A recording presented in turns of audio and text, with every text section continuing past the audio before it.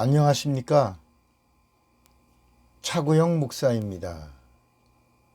오늘은 하나님의 의도에서 본 구원 이야기 50번째 귀하게 여길 구원이라는 제목으로 말씀을 함께 나누겠습니다. 얼마 전에 예수를 잘 믿는다고 하는 한 형제와 구원 상담을 하게 되었습니다.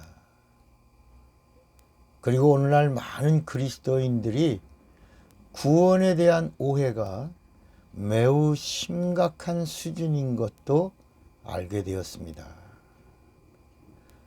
구원에 대하여 잘못 이해하거나 잘못된 구원관은 내 영혼을 파멸로 이끌고 갈 수 있기 때문입니다. 최근 인터넷에 나온 한국 교인들의 구원관을 보면 너무나 성경과 동떨어져 있는 것을 보게 됩니다. 예배를 잘 드리고 교회도 잘 다니고 봉사도 잘 하고 교회 모든 프로그램을 잘 참석하면 구원을 무사히 받는다라고 생각합니다. 더군다나 직분이 있으면 구원은 이미 받고 그 직분이 하늘의 상이라고 이렇게 오해하는 경우도 있습니다. 오늘날 대부분의 한국 교회의 구원관은 인본주의의 구원관입니다. 인본주의의 구원관은 인간 중심의 구원관입니다. 인본주의란 한마디로 인간이 하나님과 동등하다고 그렇게 견주는 주의를 말합니다. 복제인간이 인본주의의 한 예입니다. 인간이 하나님처럼 되어 사람을 만들려고 합니다. 사람이 유전자를 조작하여 만들려고 하는 사람은 사람인데 복제된 사람인데 영이 없는 사람입니다. 인간이 만들 수 없는 것이 있는데 그게 영입니다. 영은 하나님이시기 때문에 인간은 영을 만들 수 없습니다. 인본주의의 극치가 뭔지 아십니까? 종교입니다. 인간이 하나님을 만들어 놓고 그리고 자기들의 교리, 자기들의 의식, 자기들의 어떤 절차에 따라서 신을 섬기는 것이 인본주의의 극치입니다. 기독교는 종교가 아닙니다. 기독교가 종교가 아닌 것은 인간이 하나님을 찾아가는 것이 아니라 기독교는 하나님이 인간을 찾아오셨기 때문입니다. 인본주의는 기독교를 종교의 수준으로 전락시키려고 안간 힘을 씁니다. 또 인간이 하나님을 이용하는 것, 하나님을 부리려고 하는 모든 것들이 다 인본주의입니다. 구원에 대하여 성경은 분명한 원칙을 제시합니다. 하나님은 창조주이시고 인간은 피조물이다. 끝입니다. 하나님은 나를 지으신 창조주요, 인간은 하나님이 지으신 피조물이다. 그래서 성경의 창세기 도입 부분에 이 원칙을 드러내 놓으시고 말씀을 전개해 나가시는 겁니다. 태초에 하나님이 천지를 창조하셨다. 끝. 나머지 모든 것들은 다 피조물이고 피조물은 하나님이 통치하신다. 하나님이 다스리신다. 하나님이 지배하신다. 그러므로 들어라. 이렇게 말씀하는 겁니다. 인간은 하나님의 피조물입니다. 하나님이 쓰시는 도구입니다. 맞습니까? 이렇게 풀어나가는 것이 신본주의입니다. 신본주의는 하나님이 주관자가 되십니다. 하나님이 인간을 마음껏 사용하십니다. 그러나 인본주의는 하나님이 인간의 도구입니다. 인간이 하나님을 부리려고 합니다. 무슨 말인지 아직 이해가 잘 안 된다면 한번 풀어보죠. 이제껏 우리가 알고 있고 우리가 가르치고 있는 구원관은 이렇게 말합니다. 인간이 에덴 동산에서 마귀에게 속아서 선악과를 따먹었다. 불순종, 이것은 성경이 죄라고 한다. 죄값은 사망이다. 사망은 멸망이다. 멸망할 인간을 구원하시려고 하나님은 독생자 예수를 세상에 보내셨다. 그리고 예수께서 물과 피를 쏟으시고 십자가에서 우리를 위해서 죽으셨다. 죽으신 예수의 피가 우리를 죄와 사망에서 구원하셨다. 이제는 누구든지 예수를 믿으면 죄사함, 즉 구원을 받는다. 여러분, 예수 믿고 죄에서 구원받으시기 바랍니다. 할렐루야! 맞습니까? 맞죠? 이는 우리가 믿고 가르치고 우리가 알고 있는 구원관입니다. 인간의 죄를 사하시러 오신 예수로만 본다면 하나님에 대해서 오해하고 있는 것입니다. 영이신 하나님이 육신을 입으시고 이 세상에 오셨는데 오로지 인간만을 위해서 오셨을까요? 하는 것입니다. 예수가 오셔서 죽으셨는데 오로지 인간의 죄만을 사하시려고 죽으셨을까요? 예수가 죽으시고 부활하셨는데 오로지 인간의 부활을 위해서만 부활하셨을까요? 그런데 성경은 구원을 목적이라고 하지 않으시고 구원을 선물이라고 말씀하십니다. 왜 그럴까요? 왜 그렇게 말씀하실까요? 에베소서 2장 8절에 너희가 그 은혜를 인하여 믿음으로 말미암아 구원을 얻었나니 이것은 너희에게서 난 것이 아니요 하나님의 선물이라 라고 말씀합니다. 분명히 어떤 목적을 다 이루고 난 다음에 땡큐다, 고맙다, 내가 너에게 선물을 주겠다 하고 인간을 쓰신 다음에 주신 그 선물이 구원이라는 것입니다. 하나님의 목적과 선물을 잘 알면 하나님의 구원 의도를 알게 됩니다. 인본주의의 구원관은 인간이 하나님을 구원의 도구로 봅니다. 인간이 하나님의 도구가 되고 하나님이 쓰시는 종이 인간이 되어야 하는데 인간이 자신의 구원을 위해 하나님을 이용하려고 합니다. 인본주의의 구원관은 구원을 말하지만 구원이 없는 구원관임을 알아야 합니다. 시편 119편에 보면 하나님과 인간의 관계, 하나님과 피조물 관계에 성경은 이렇게 말씀합니다. 모든 만물은 하나님이 쓰시는 종이다. 하나님이 쓰시는 종이라는 겁니다. 그래서 바로를 향해서도 내 종 바로, 모세를 향해서도 내 종 모세. 그래서 바로는 하나님이 하나님을 드러내실 때 불의의 도구로 바로를 쓰셨기에 악한 도구로. 그래서 바로를 향하여 내 종 바로. 또 모세를 향하여는 의의 도구로 쓰셨기 때문에 내 종 모세. 이렇게 모든 만물이 다 하나님이 쓰시는 도구인 것을 말씀하고 있습니다. 예를 들면 이런 것입니다. 여기 돼지가 있습니다. 주인이 돼지를 키웁니다.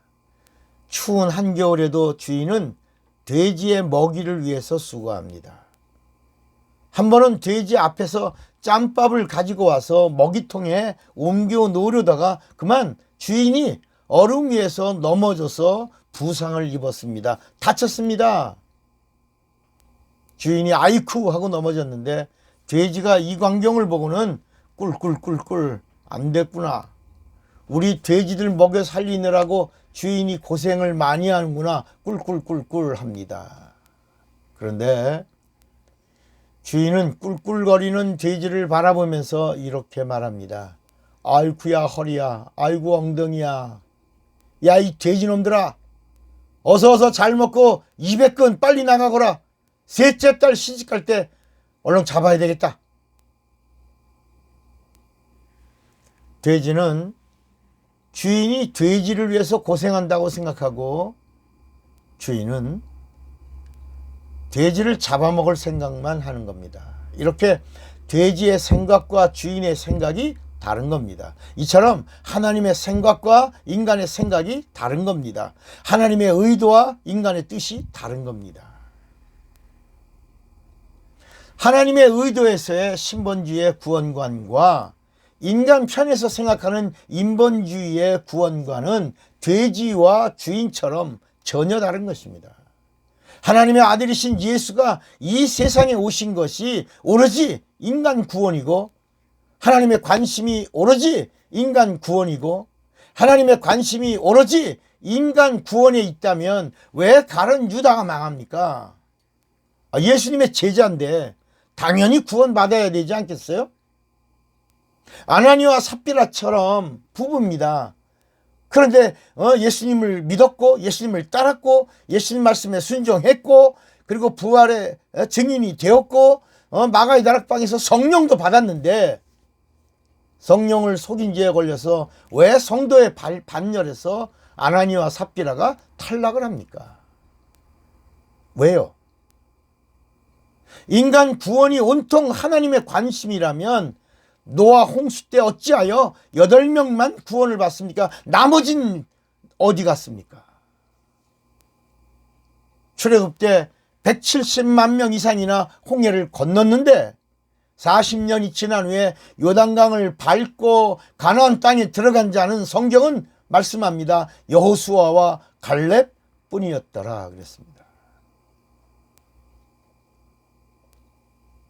그 많던 이스라엘 사람들은 왜 요단강을 건너지 못했을까요? 왜 가나안 땅을 밟지 못했을까요? 하나님의 의도에서 바라본 구원이 인간의 구원에 초점이 있다면 왜 멸망당하는 인간이 성경에 나옵니까? 소돔과 고모라의 멸망 때 그 지역이 지금으로 말하면 이스라엘과 요르단과 이집트를 걸쳐 있는 그 사해바다가 있던 곳이 바로 소돔과 고모라 땅이요. 거기 한 300만 명의 사람들이 있었다고 합니다. 학자들의 말입니다. 그런데 정작 구원을 받은 사람은 3명 뿐이었습니다. 롯의 처도 구원받아서 나오다가 뒤를 돌아보다가 소금 기둥이 되었습니다. 왜 3명 뿐일까요? 아니 왜 3명입니까? 인본주의의 구원과는 설득력이 없습니다. 그래서 칼빈이 만든 것이 예정론입니다. 이 예정론은 장로교의 기초가 됐습니다. 그러나 여러분, 이 예정론은 장로교에서만 말하는 겁니다. 다른 교단에서는 예정론을 말하지 않습니다. 그냥 이야기, 난 이렇게 본다. 예정론입니다. 멸망받을 자와 구원받을 자를 하나님이 예정했다. 하나님은 인간이 구원을 받기를 원하시는데 인간 중에 구원을 받을 자와 멸망을 받을 자가 예정되어 있다. 그래서 그렇다. 그러나 오늘 우리가 분명히 하나 알아야 될 것은 이 성경이 그렇게 예정론을 말한다라고 말하죠. 그러나 성경이 말하고 있는 예정이라고 하는 이 단어가 사람에게 예정되어진 예정이 아니라 하나님이신 예수, 이 땅에 오실 예수, 피 흘리실 예수, 부활하실 예수에 대한 예정이라는 사실로 한번 방향을 이렇게 바꿔놓고 보면 이 하나님의 의도가 이렇게 알게 되어지는 것입니다.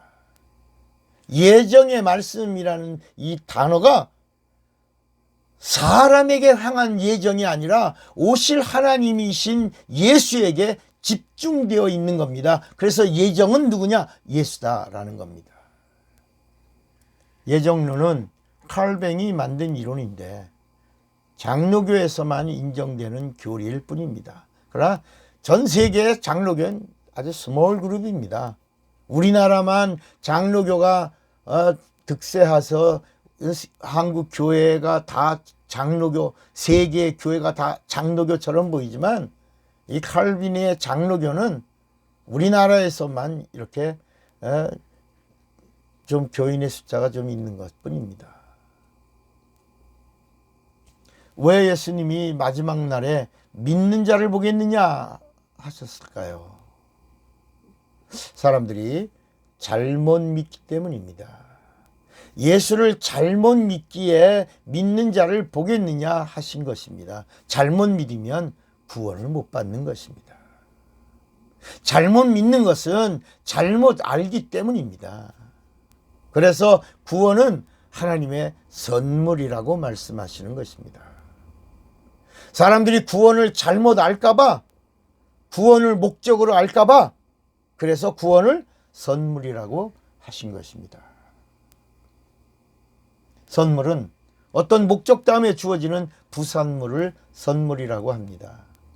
하나님의 목적 다음에 주시는 선물이 구원입니다. 하나님의 목적은 인간을 사용하심입니다.